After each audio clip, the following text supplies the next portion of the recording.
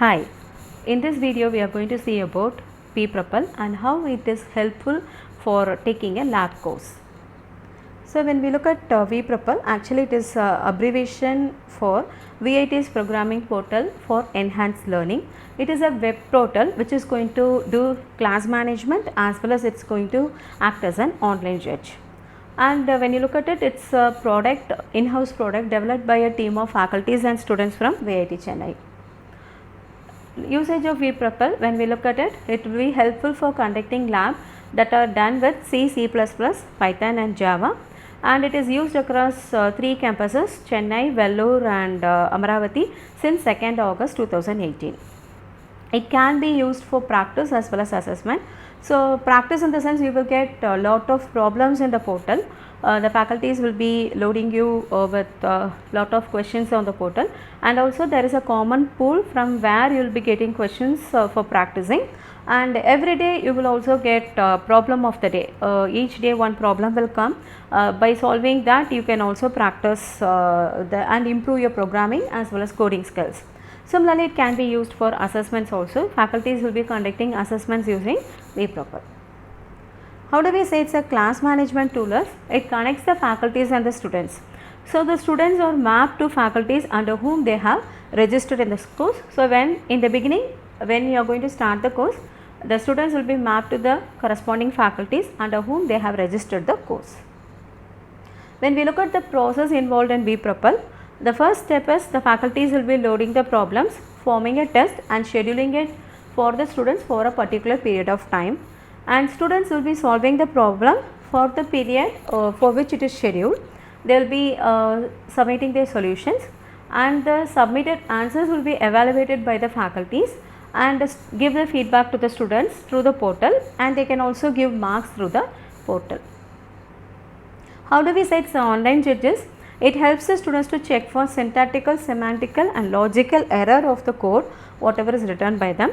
To do the syntax and the semantic check, we have got the compiler bot interpreter in the server. We have got the installed compiler and the interpreter, and for checking the logical correctness, faculties have to load the test cases. When they are loading the problem itself, they have to load the test cases, and each test case will be consisting of an input and output which will be verified by the online judge. To have a better idea of how an online judge works, let us take how manually a lab will be conducted. If you have already done a computer science course, then you might know that when you are going to a lab, you will be given a problem by the faculty and you will be writing something related to the problem, right. So, let us take an example problem and discuss about it. The title of the problem I have given is chocolates leftover. It is a very simple problem. The statement says that a child goes to a shop and buys n number of chocolates on a particular day. He eats m number of chocolates on the same day, and the question is you have to find the number of chocolates that will be with the child on the next day. So, it is a very simple problem. As soon as you read the problem, you have to do some kind of analysis. This is required for all the type of problem. Of course, this is a simple problem, so you get to the minimal level. There are 2 inputs involved in this problem. You should know the number of chocolates bought. Input is the value what should be read from the user, right. So, you must know the number of chocolates bought as well as you must know the number of chocolates eaten by the child, and the output you will be giving will be the number of chocolates remaining. And when we look at the processing involved, since it is a simple problem, the processing involved is here only subtraction. Okay, so this kind of analysis we have to make for all the problem. We have to note it down. When we do it manually in the lab, we write it down in a notebook. But now in vPrepal, we will be providing you with certain text boxes where you have to enter what is the input of the problem, where is the output of the problem, what is the processing involved, and so on. And also you have to write the algorithm. Algorithm is going to be the sequence of steps that is followed to solve a particular problem. So, everything you will enter in the text box, and after that you will be writing the code, right. So, when you write the code, you may get the correct output. After you get confidence in the code, what you will do is you will call, this is I am saying what will happen in a conventional lab. You will call the teacher for manual verification of solution, and they will be giving some test cases. This is what is called as a test case.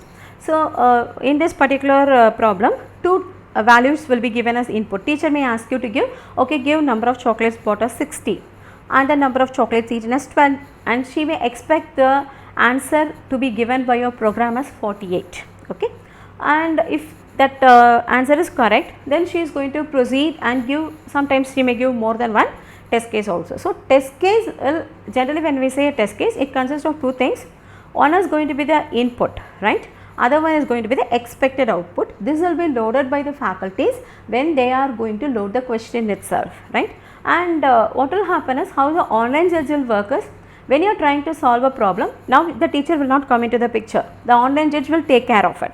The teacher has loaded the question as well as the test cases.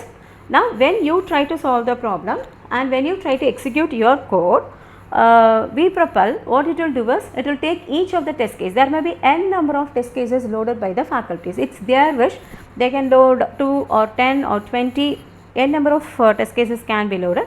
So what the online judge will do is, take the test case one by one and give the input to your program. Okay, it will feed the input of the test case to your program and find out what output is given by the code, and then result obtained by the code will be compared with the expected output.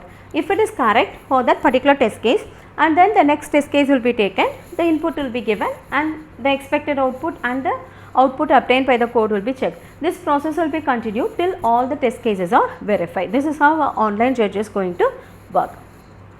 And when you look at the development and deployment of vPropel, as I said, it's a web application and it is developed using Django framework, and the front end is done using HTML, CSS and Bootstrap, and the back end is going to be MySQL, and it is deployed in AWS cloud.